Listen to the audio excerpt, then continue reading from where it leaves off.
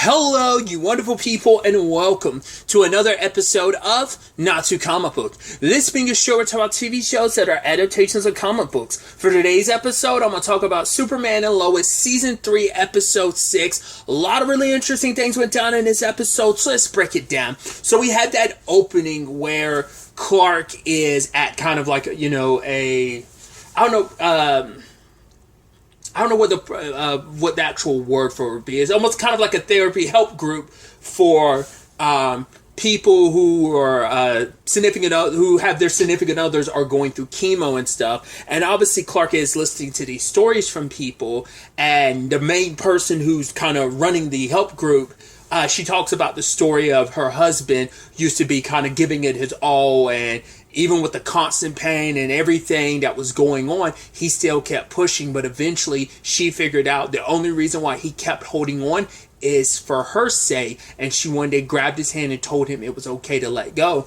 And that rocked Clark's world, especially after, was it last episode? They had those conversations. He had those conversations with those ladies about the pull and everything from Lois. So that in conjunction with this episode, he was even telling Lois, like, no, I went, but I just don't think it was for me. He's in complete and utter denial. Understandably, how we all face death, especially when it comes, death in general, how we all react to and how we deal with it, whether we kind of accept it, especially with something like this, where it's like, and it's back to something I brought up earlier in the season, and it's a point that they bring home in this episode. Once again, it is the one thing, it's something Clark can't punch.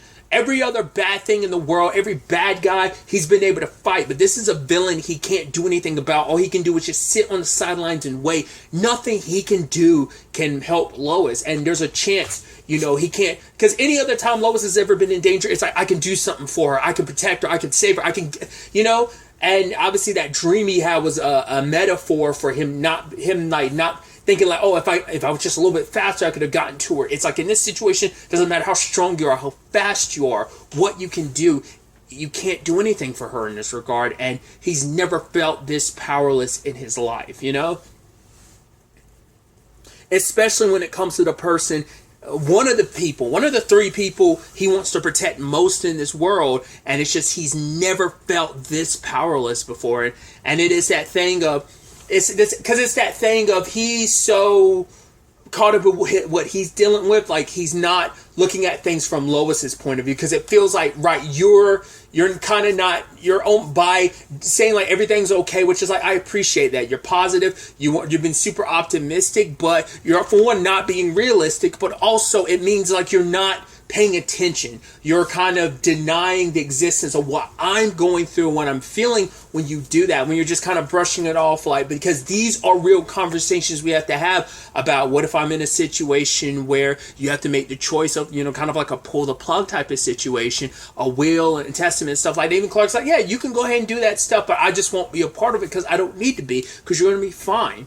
And obviously it affected him to the point that he started pushing Jordan super hard, because Jordan wants to go out there more and more as Superboy, but Clark doesn't think he's ready. And then when Jordan's like, all right, I can prove myself. And every time he does, he proves himself over and over and over again to Clark. But Clark keeps moving the goalposts, because in Clark's mind, because he can't do anything to help Lois, he's overcompensating and being super overprotective when it comes to Jordan, because it's like, at least with Jordan, it's something I can do. So in his mind, it's like, yeah, I'm preparing you for everything, but he's also going completely overboard, because he's, like I said, he's overcompensating. All this is also triggered by the fact, because you have, Clark went to see Deadline this episode, the bad guy he took down, last episode, and it turns out the powers are draining from Deadline and his cancers come back. It kind of reminds me, once again, this is the one I always use. It's the TV show Angel. In that series, when someone is no longer, like, whatever the circumstances may be, when someone's no longer a vampire, they start dying from the thing that they had before. So in, like, Darla's case, wasn't that the character name? Julie Benz's character? Her character had cancer before she became a vampire. But the moment she was no longer a vampire, because I think she got resurrected as a human or something like that, she started dying from cancer again. So it's kind of like that. All these people, their powers, and I think I probably used this example before, or referenced this before, but it's like, yeah, the moment the powers start waning away, they start becoming, they start dying from the thing that they were dying from in the first place. I mean, I don't know if it expedites it, or at the very least, it's kind of like they are walking time bombs essentially, because the XK and Superman's blood is a temporary reprieve. It gives him superpowers and stuff, but that's an added side effect. The main side effect it seems like Mannheim is going after, and this is what I was curious about, is legitimate. I was thinking like maybe he's trying to like give people powers, but it's like no, he's trying to cure people. It seems like the thing he's aiming for is death.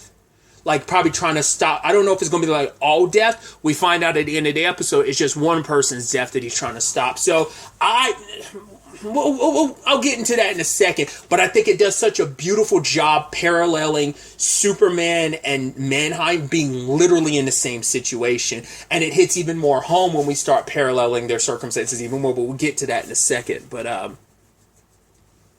well, let's kind of jump down that route right now then, because in this episode, my point was bringing that up about the deadline is he ended up dying from his cancer, and that's what really set this in motion for Lois, because it's like, right, he did some bad stuff, but it's still, you kind of feel bad because she's like, yeah, he had 3 kids who he never got to say goodbye to, because Clark as Superman tried to take Deadline to Mannheim, but Mannheim wouldn't do anything, because if he did anything, it would be admitting guilt to the shady experiments he's been doing. So Clark tried to take him to a hospital, but it was a no-go. He was already dying. It just finally took its toll on him, because he did. Like it would have always just pushed the goalpost. I mean, not the goalpost, but the end a little further out. But the end result would have been the same. It probably would have eventually got to the point. Probably the experiments probably last less and less and less as time goes on, to the point your body probably builds up a resistance to it, because it's not a perma cure. It's just a temporary reprieve essentially. So, but she had one of the patients Clark had talked to last episode, Lois went out with them and had dinner. I figured something was a little up the moment. I mean, her point when she was very in defense of like the hospital and stuff, which that's the thing, that's the complicated thing of, hey, when someone does some bad stuff, but when they do some good stuff, it's kind of like, well, it's like the bad stuff can't end up tarnishing the good, because it's like, yes, Bruno Mannheim has done a lot for his community, but he's also gone about it very like shady, supervillainy ways. So that's where Lois kind of finds herself in that situation of like, right, so far it doesn't seem like the hospital and stuff like that is bad, but she's like, the Dr. Hooks and just Bruno Mannheim, it seems like there's something more going on there. And the lady ended up being more like in defense, being like, right, if it wasn't for that facility, she wouldn't be here right now. She's like, that facility gave her a second opinion, was able to help her in a way her doctor at other places couldn't. So this place gave her more time. Like I think she even said like, yeah, I'm still here after like 5 years, because she's been going through this a long time. So it is that like, because you could tell Lois was still staying strong with her beliefs, because she knows who Bruno Mannheim is, but the conversation she had with him last episode too, in conjunction with this, it's like, it is a thing of like, but if I do go about this story, like how much damage am I going to do? Because yeah, I might be helping take down Bruno Mannheim for doing some terrible stuff, but at the end of the day, he's also doing good, and all of this could be tarnished. I could be hurting not only the people getting treatment now, but even people getting treatment in the future, because he does have research facilities of people looking and studying all of this. So it is this complicated give and take in that regard. But we do find out by the end of the episode that Onomatopoeia is potentially his wife. I'm assuming, that's an assumption to me, but it's someone very important to me. I mean, very important to him, and that's why I was saying, right, an even deeper parallel that like Clark can't. It's this interesting thing where like Clark and, because even she said that onomatopoeia, even she said that her significant, even her husband, still having a hard time wrapping his head around it. And he's going to, all he's doing right now is for the sake of the woman that he loves. It's just like, right, I'm trying to save her no matter what. I might have to do some evil, but it probably in his mind is like, I'm saving my wife, but also I'm going to end up curing so many other people. Probably like cancer will be an issue of tomorrow. I mean, not of tomorrow, but an issue of yesterday when I'm done with it. Like, no one will have to go through this again. You know, and because he does, once again, he does care about people. And I think that's what puts Bruno in this very interesting space, that he is going to be this anti-hero in the regards of he is someone that's just got, he's not like a pure, like, oh, I'm trying to take over the world villain. I think it is like, he's a villain. He's that complex villain of, you know where he's coming from. He's just someone trying to help someone he loves and cares about, but he's just going about it a wrong way. In his mind, it's like, I'm going about it the only way I can.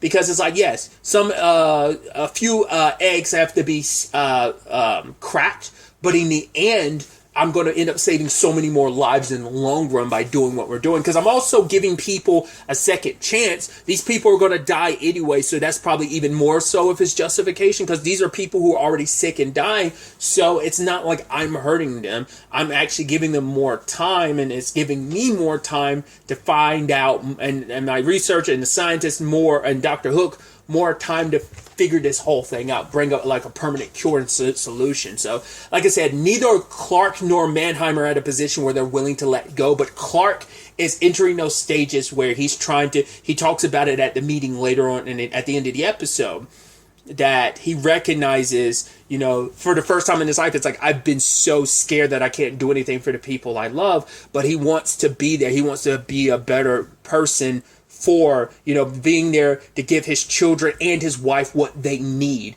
And so for that, he's like, I'm here to ask for help, you know, at the meeting, so he can understand, you know, and kind of equip himself better to be there, to be a better, you know, father, to be a better husband during this trying time for his family. So, and that's why I'm like, him and Bruno might be at the exact spot, but that might be the beautiful parallel of, hey, here's Bruno going deeper and deeper down this dark path, doing whatever it takes to save his wife, whereas Clark is willing to hold on to his hope and never let go of it, but also be realistic and also be there for Lois, Jordan, and Jonathan, and be what they need him to be. I mean, especially when you think, you know, because I think that is that interesting juxtaposition of two people who are holding on to hope in different ways.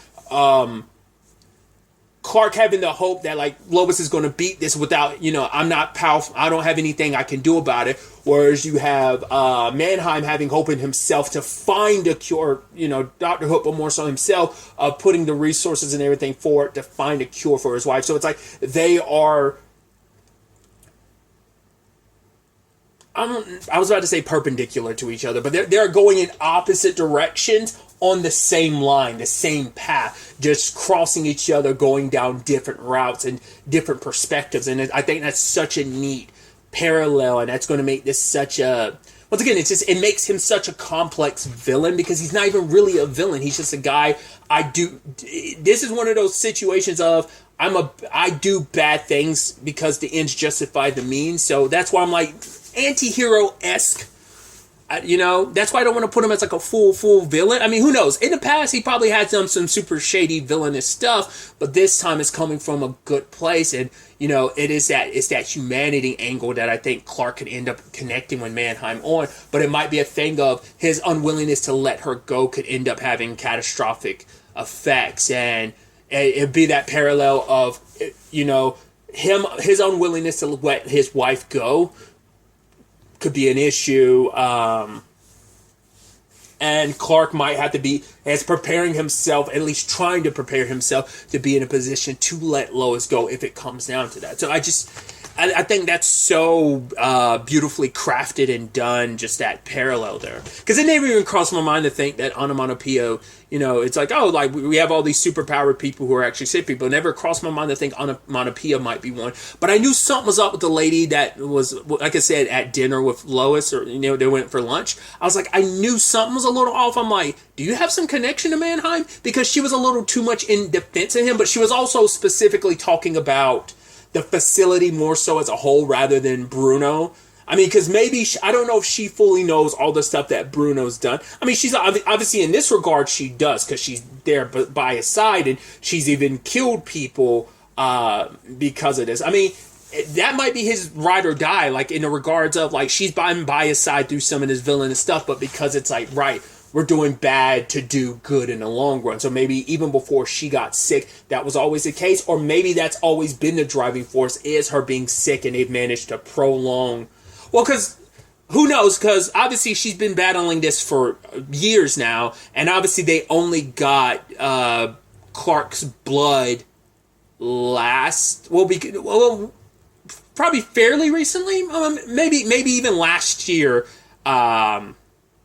Well, it hasn't even been a whole year. I can't remember. They brought up in the first episode how long it's been since the season 2 finale. I think it's been a couple months, maybe. I don't remember now off the top of my head. But yeah, because they pretty much got his blood like pretty soon after Clark, like the government kept his blood after he lost his powers and everything last season.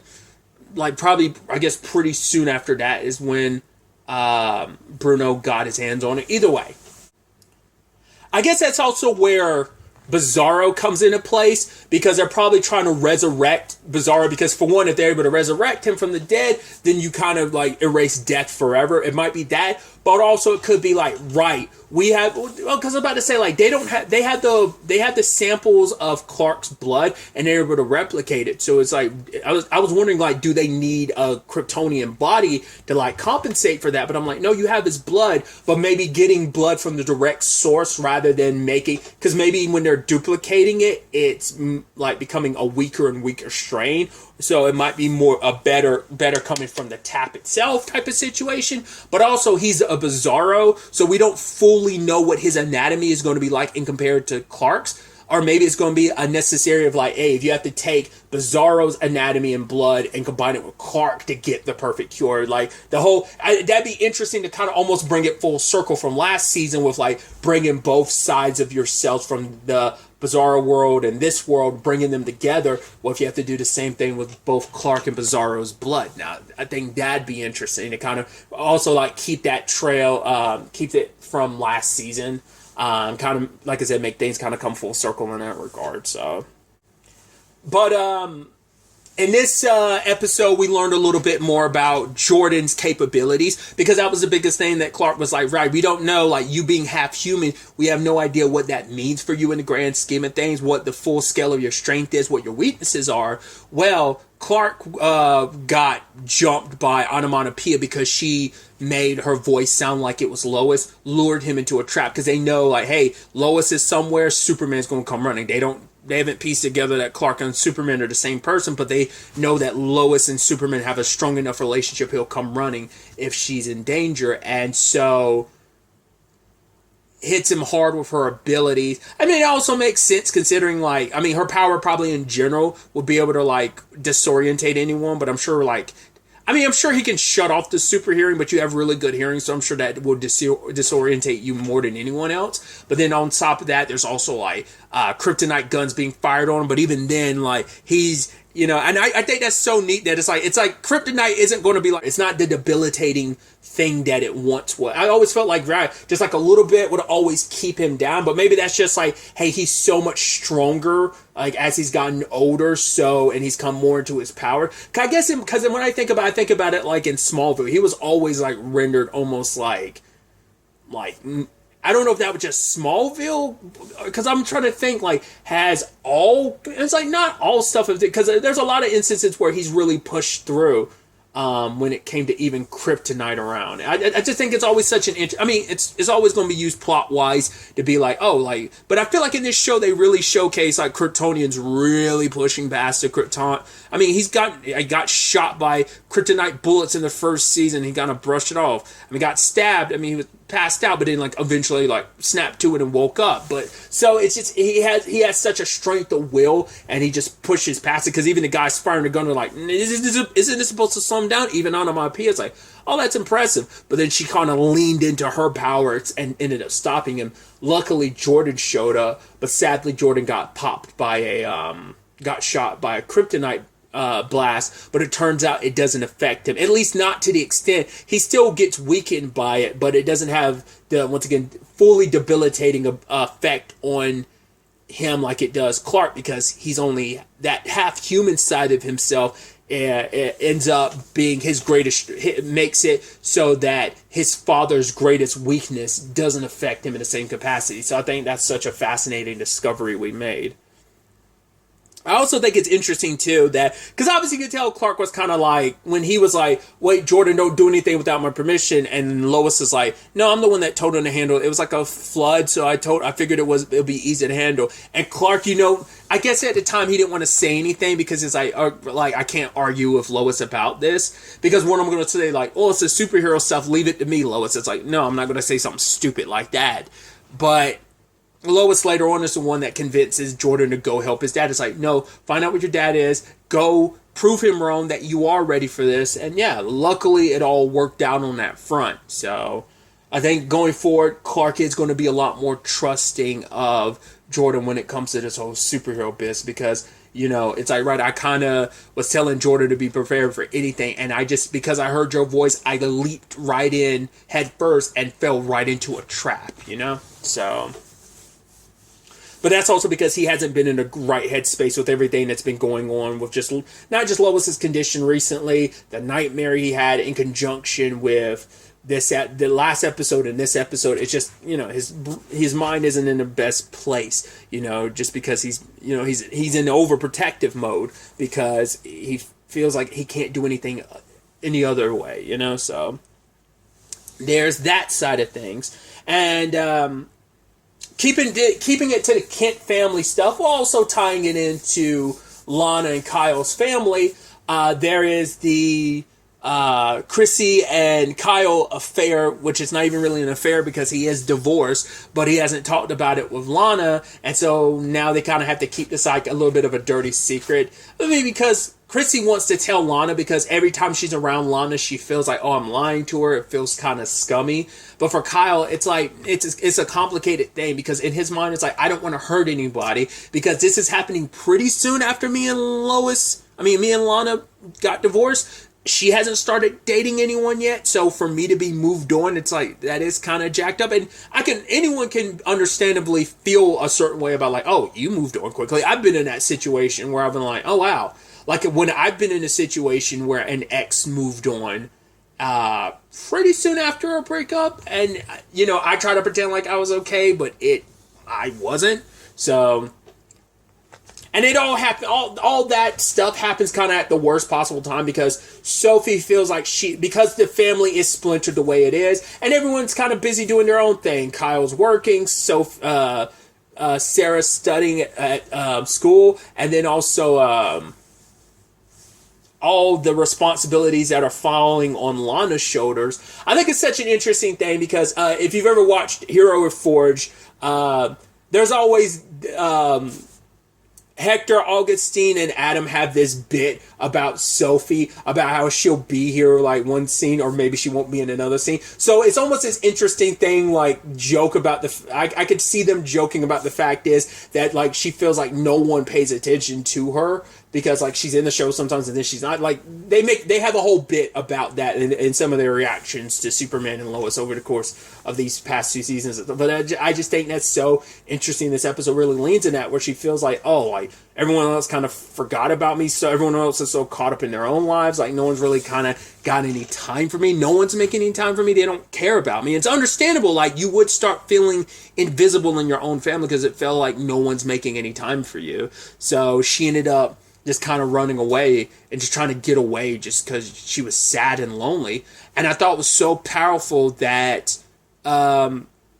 Jonathan's the one that talks to her, because he also understands what it's like to kind of be almost like invisible in your own family, because he brought up the situation of, hey, I asked my parents when we moved here, could I move to Metropolis, and like even Sophie was like, by yourself? He was like, yeah, it was not a great idea.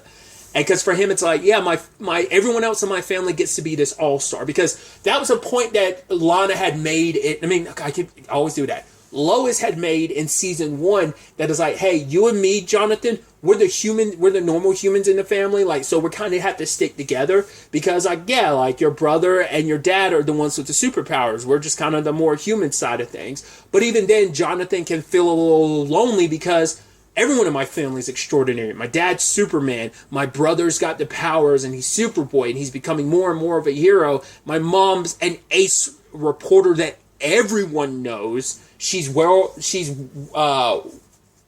renowned, maybe even world renowned journalist and reporter. And it's like, how does that make him, kind of makes him feel like he doesn't stack up compared to the rest of his family? I love Sophie trying to be like, well, Jordan's not like that, like cool or special. I mean, Sarah dumped him, and Jonathan kind of laughs and is like, yeah, that is the case. But he's like, I understand what it's like to feel lonely.